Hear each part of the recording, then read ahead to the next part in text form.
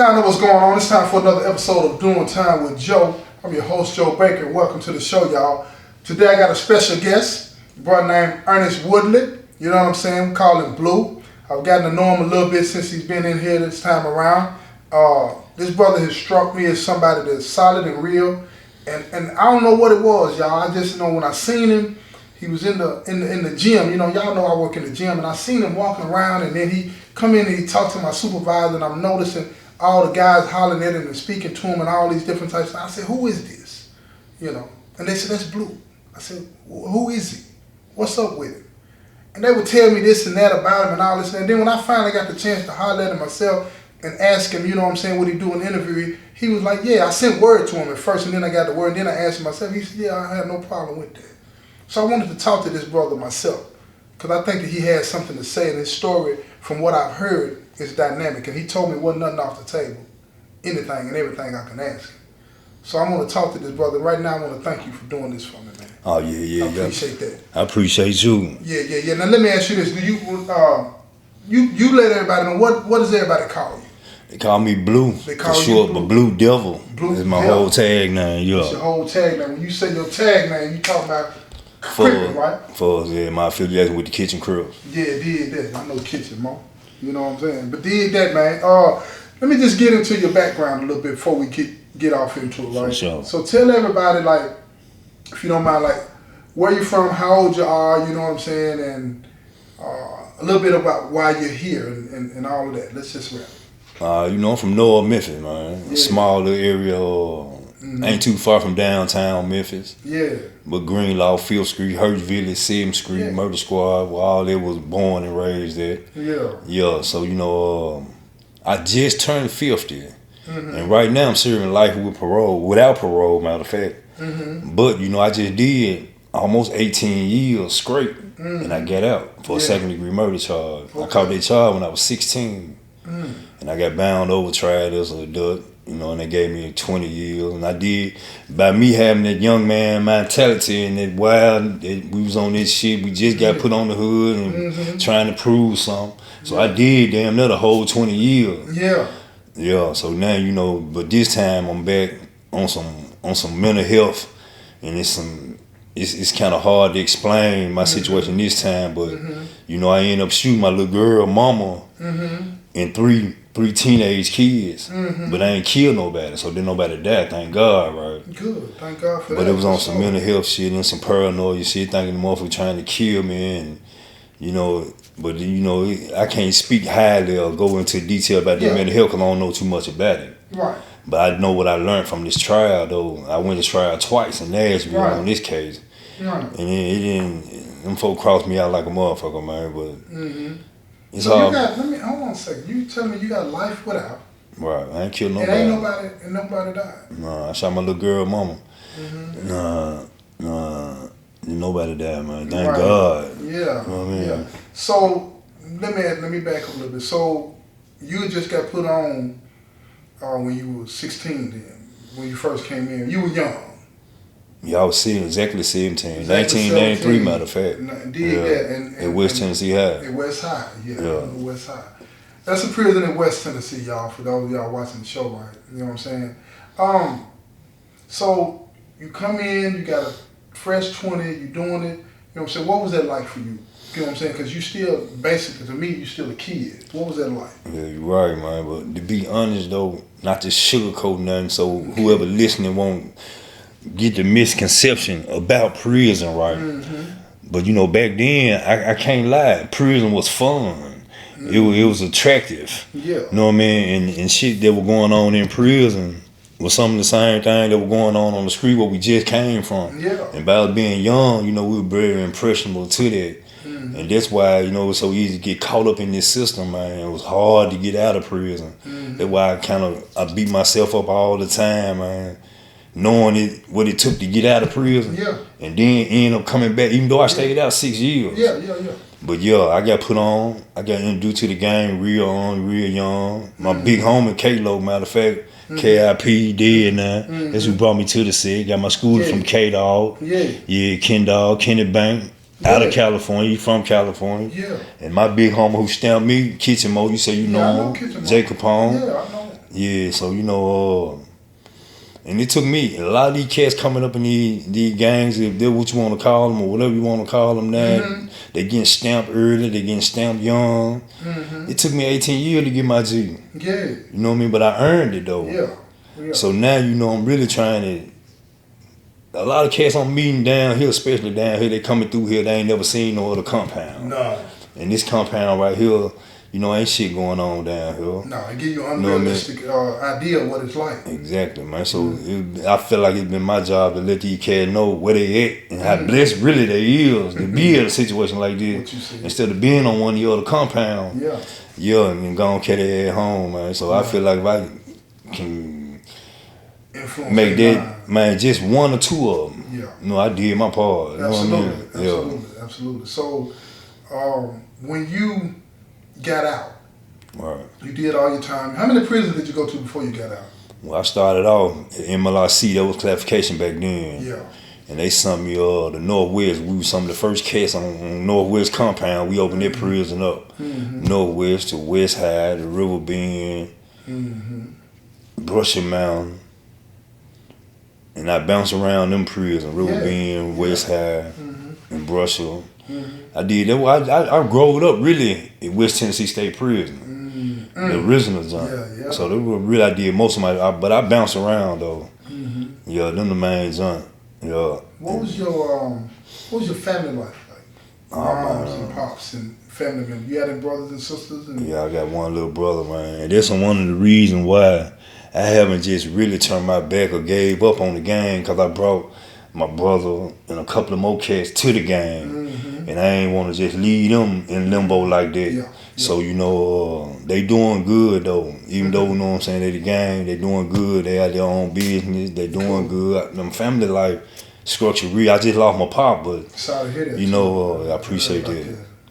But family, yeah, they always have been there, man. It's been solid, man. You know what I mean? What was it like for them though? You coming in as a child, what was it like how was it like on your mom and pop? Did they worry about you? What was that like for them? You know, can you share that with me? I can't really just speak for them and just say exactly what it was like, but from what I got from them when I got out, yeah, they did a lot of worrying, man. Stayed up a lot of nights, you know what I mean? Worrying because the activity and shit that was going on in prison at that time and the shit I was getting into, you know what I mean? And they had access to it, you know, they can get on the internet and look up write-ups and see write-ups, and so, you know, they knew what was going on, and they used to worry about me like that for that aspect, right? But, you know, other than that, when I got out, they embraced me, man. They were really, I'm going to say, I seen a lot of motherfuckers get out of prison, I seen a lot of people get out, man, then stay out a good 2-3 months and come right back. That's a nice bit right there. And I thank them for that. And I believe they the big reason for that. The support I had from them, you know, from cousins. Yeah. A couple of aunties. Family members. Yeah. Even though we had our little differences and our little problems, but you know, for the most part, family, yeah, always have been. It's always been big for you. Right. Well, that's good. So let me ask you this then. So you get out. And you got married, or is your girlfriend? See, I got married. I got married down here. Oh, for real? I got out from special needs. Yeah, those MD area. I got out from down here. I caught a charge at Brusher. Just to make the long story short. Yeah. I caught a charge at Brusher Mountain. And Brusher Mountain tried to cover up some shit. You know, back then, the whole system was corrupt. So they tried to cover up some shit, and they sent me down here. And tell these folks, man, well, he cried, he having problems, you know what I mean? Some of the shit he's saying ain't happening. He just acting out, he violent. So they ended up putting me in the mental health program down here. And I got through that. I made it through the program. And I hit the compound down here. So when I hit the compound, Brusher Mountain, them charges at Brusher Mountain popped back up on me. It was a detainer popped up right before I got out of prison. So when it was time for me to get out of prison, they came and got me. So when they come and get me, I had to leave prison and go to Morgan County Jail and do 6 months. So when I did that 6 months, that's when I finally got out. But yeah. Okay, and after you get out, you married, and what was that like for you? Because you had been in prison for 17, 18 years. What was that like to transition and get out of here? You know, because I want other individuals that come in and do a lot of time and they get out, I want them to know when they get ready to get out, what that's going to be like for them. What was that like for you? See, I met my wife in prison. Okay. When we met, she stuck with me. I want to say the last 6 years, and we got married down here. So when I got out, the transition wasn't hard. You know, I just got, man, what the right word I can use? I just got accustomed to living a certain way in prison for all them years. So when I get out, it was like some chains had been took off. And now she only thing we had bumped heads at is when she wanted me to be at home at a certain time and stay at home for a certain time. And man, I'm trying to explain to her, let me just do what I do, but as long as I come home, everything gonna be alright though. Right. So, you know, we bumped heads a little bit right there though. But other than that, it was alright, man. It was good, man. But it didn't work though. Well, I never did divorce her though. I told her I wasn't gonna divorce her. And I made that promise to her. Yeah. So I never did. And she passed away about 4 years ago. Sorry to hear that. Yeah. So she was a lot older than me. She was older than you? Yeah. Y'all had she was kids? my mama age. No, her oldest son, matter of fact, my age. For real? Yeah. How did y'all meet? Yeah. You might not believe this, but I had a little homeboy that used to talk to her, right? And he used to let me, he used to get me to call on three-way all the time for him. I'm just being honest though. That's real, come on with it. And I use three-way and I call her for him on three-way. And man, one time, man, he asked me to call her and I called her. But she ended up calling that number to keep calling her back and told my people, man, look, man, that girl, whoever she is, they call her, right? Yeah. So when I called her, we started talking, man. She, I asked her one time, what about the little homeboy though? You know what I mean? She's like, man, look, man, see what she said, and we did, and there it is. That's it. Yeah, that's how that came about. Yeah. Okay then. So now y'all, you out there with her, y'all stay together. Yeah. For 6 years. So you alluded to it, and we don't have to get too deep into it because, like you said, you don't know a lot about mental health and the definition of this and that, a third. But you interested me when you said that, you know what I'm saying, because it's instrumental in my opinion to your charge evidently. What was it that you thought you had? Was it PTSD? Because I know a lot of people suffer from PTSD when they get out of here. Yeah, Well, I can tell you what they told me. They told me paranoia, schizophrenia, and depression. So this is what I was told. I went to trial twice. I went to the first trial. It was like 9-3. They polled the jury. Everything I learned about the criminal justice system, I learned during that trial. When I was young, growing up in prison, one thing about no law books, I'm trying to conversate with no motherfucker about no law. And I hate that though. I really do hate that. So if motherfucker is listening and they can use that and try to do something different with that if they in that situation. But yeah, man, pretty much, man, I learned everything I learned down here in Davidson County going through that first trial. And I'm seeing all these doctors. There's the only people I was really communicating with. I was just, I ain't gonna say scared, but I was just hesitant about talking to anybody else besides them doctors. So, and I learned that then, I had some serious mental health issues, man. So did they ever have you on medication for that? Yeah, I was on medication, and on the street I stopped taking it. Okay. And then I think they played a big role in what happened as well. Right. Yeah. And these things I'm sure were brought up at the trial, right? And I had a hung jury, man. That first trial, 9-3, my way. After they polled the jury, but they waited 11 months later and tried me again. And this when they put the bullshit in the game. They came with it. Yeah. So this is what's interesting to me. That's why I wanted to talk about this. So you came into the penitentiary when you were 17. Well, I was 16 first time, right? You're 16. To the best of your knowledge, you ain't have no mental health issues, did you? Man, don't you know something? For as I know, and I have never been told, nope. So they had to develop a progress during that 18-year bid I did, starting young. Years, man. You come in as a child, like a lot of us do, and you go through what you go through. Even though, like you say, back in the day, and I don't want people to take this the wrong way, either prison was a little bit more loose, and you could do a lot of things, so it made the time go, it made it seem like it was fun. You know what I'm saying? And we didn't take it as serious as we should have. But even with that, it's still doing something to us. Right. You agree or disagree with that? I agree totally with that. Yeah, so now all of a sudden, you done been through what you've been through in the penitentiary. you got these issues that you really not even aware of, more than likely, right? Right. Then you get out, and then you with your gal, your wife, for 6 years. What happened? See, now, I met my little girl mama at one of my cousin's birthday parties. Mm-hmm. That's who ended up getting shot. My wife didn't get shot. I got you. Okay, come on. Okay, so I met her. Okay. That's how we met.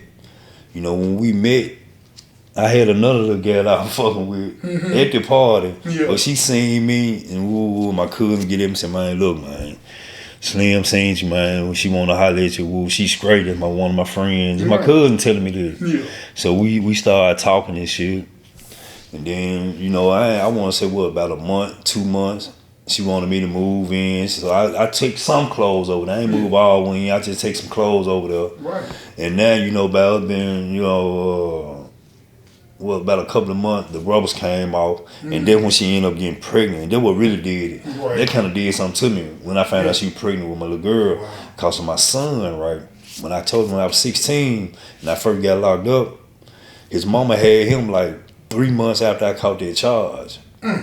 So I missed half of his life, majority of his life. I caught him at the end when I got out. He was in high school. He was fucking up a little bit, but I got him on track. Yeah. Got him through that. But you know, I kind of missed his life. Even though he knew my family, he knew who I was.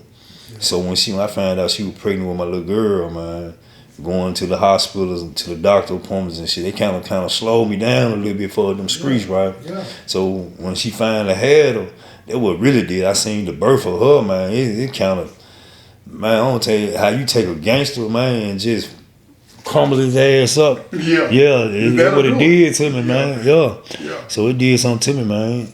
And I slowed down the shit in the streets I had going on. I slowed down with a lot of shit, and we made a move. Called ourselves trying to make a change. Yeah. So we made a move, man. We moved down here to Nashville, man. Everything was going well, though. I'm talking about everything was going well, man. And I started back going to them doctors and shit. They put me on medicine. I used to tell them, man, some medicine I was taking, I can tell the difference. You know what I mean? I can tell. But me being stubborn and who I am, man, and we don't want to, being black really, in our community, that shit really is taboo. Yeah. You know, mental health. Sure know what to say. But, you know, I kind of stopped. I stopped taking the meds and shit, man. And, you know, from what I can remember from the night when I blacked out, but before then, I felt like a motherfucker had been poisoning me. I felt like a motherfucker had been giving me shit. So I was really trying to get away from the situation now. So now we finna move back to Memphis. Yeah. So now I'm finna go down here with my family now, man. And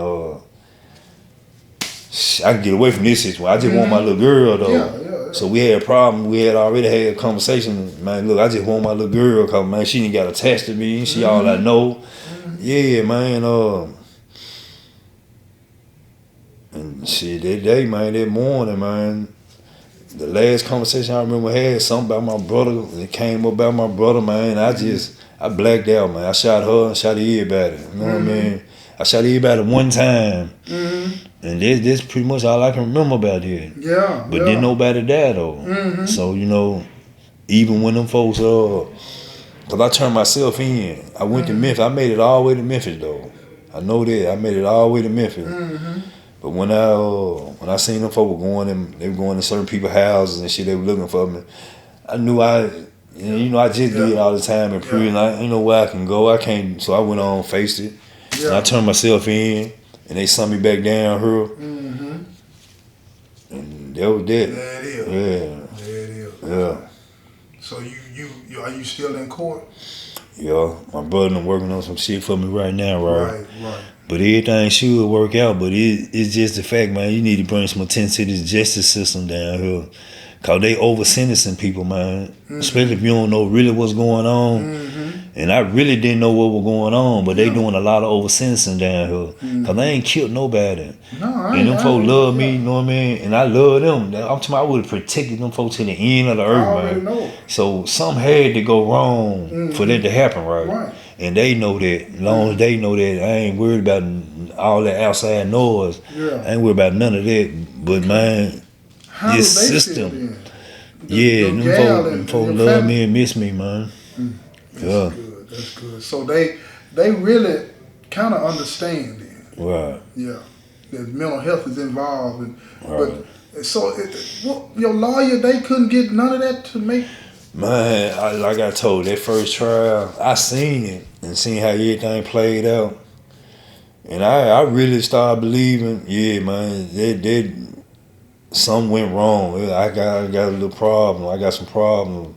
But I can deal with them, with these doctors and shit. They gonna help me. So you still can be out there. You still can live. Right. You still can cope. That's right. But man, that first trial, when it didn't go their way, it seemed like the prosecutor, when they came back, the little lawyer I had, man, I don't know what her problem was, because I felt like she tried to help me the first time. The second time, she just gave up, man. Gave up. Yeah, she gave in, man, for real. Yeah, and I'm seeing all the people get up here. I'm seeing people get up and tell different stories. I'm seeing shit happening that wasn't matching the first trial. Yeah. But me not being no lawyer, I didn't know what to do. How to respond to that. You know what I mean? So tell me this then, while we wrap this up. Tell me, what could any of the people that listen to my show, no matter where they're at, how can they help you? Do you have a way that they can get in contact with you? Do you have anything that, anybody that they can get in contact with that they can be assisted? Because you might have a lawyer that's listening to this case. You might have some people that are sympathetic to your issue and know something about mental health. Tell the people that are listening right now how they could help you if they wanted to help you. See, right now, all right, my brother, he collecting funds like a GoFundMe page, GoFundMe page. All right, so they can contact him. His name is Michael Jones. 901-455-3835. Okay. 901-455-3835. And my birth name, well, my name now, I'm named after my daddy, but it's Earnest, Earnest Woodley, Woodley, booking number 207,000. And they know where I'm at. They know this prison, right? Yeah, exactly, yeah. So, and we just can go from there. If I got any kind of people that's really out there and they can sympathize or can relate to anything they done heard, or want to reach out or want to try to help me, they can start just like right that. There. Yeah, just start just like that, man. Look here, y'all out there listening. If you can help him, help him. Because this ain't even sounding right. This ain't making no sense to me. And somebody need to make it make sense, Because I understand what you're saying when you have these DAs out there that are over sentencing and all this and that. Like, don't get it twisted. Like I've always said, and everybody that listens to my show, I'm guilty. That's that on that. They did what they supposed to do. You understand what I'm saying? But a situation like listening to what you just said, you ain't make that make sense to me, man. Right. That don't, I get it, you know what I'm saying? They probably scared somebody just shoot somebody, this, and the third. But no disrespect to you, bro, but you got mental health issues. Yeah. And I think those mental health issues came about as a result of your first incarceration, that first bid. Yeah, man. And they need a whole to lot take of doctors do believe the same thing. And people need to take account for that. They need to take that into consideration when they're trying to lock somebody away for the rest of their life. You know what I'm saying? Yeah, I get it. You got to do something. But even when the victims are sympathetic to the issue, they need to pay attention to that. If the victims wanted you put away for the rest of your life, they be paying attention to that one. Right. So they need to pay attention to it when the victims say, look, hold up, this is a little too much. They need to pay attention to the victims in whatever way that they need to make sure that you get justice. It's not about just the victims getting justice, but you getting justice. Because you need some help. You feel me? You need some help. And being in here, that ain't help. Not like that. Do they need to do something? Yeah, you can't just run around shooting people for nothing. Right. You feel me? Mental break or not. But to put somebody away like that, ain't nothing straight about that, man. You right, man. Yeah, and I'm glad you did this, man. I really am, man. And I hope that y'all out there listening, you know what I'm saying, help the brother out. You know what I'm saying? I know y'all will, though, because you mess with me. You know what I'm saying? And I appreciate you doing this, man. No, I appreciate you for letting me get that out there, man. That, right? This has been another episode of Doing Time with Joe. I'm your host, Joe Baker, and I say peace, y'all. I'm getting so tired.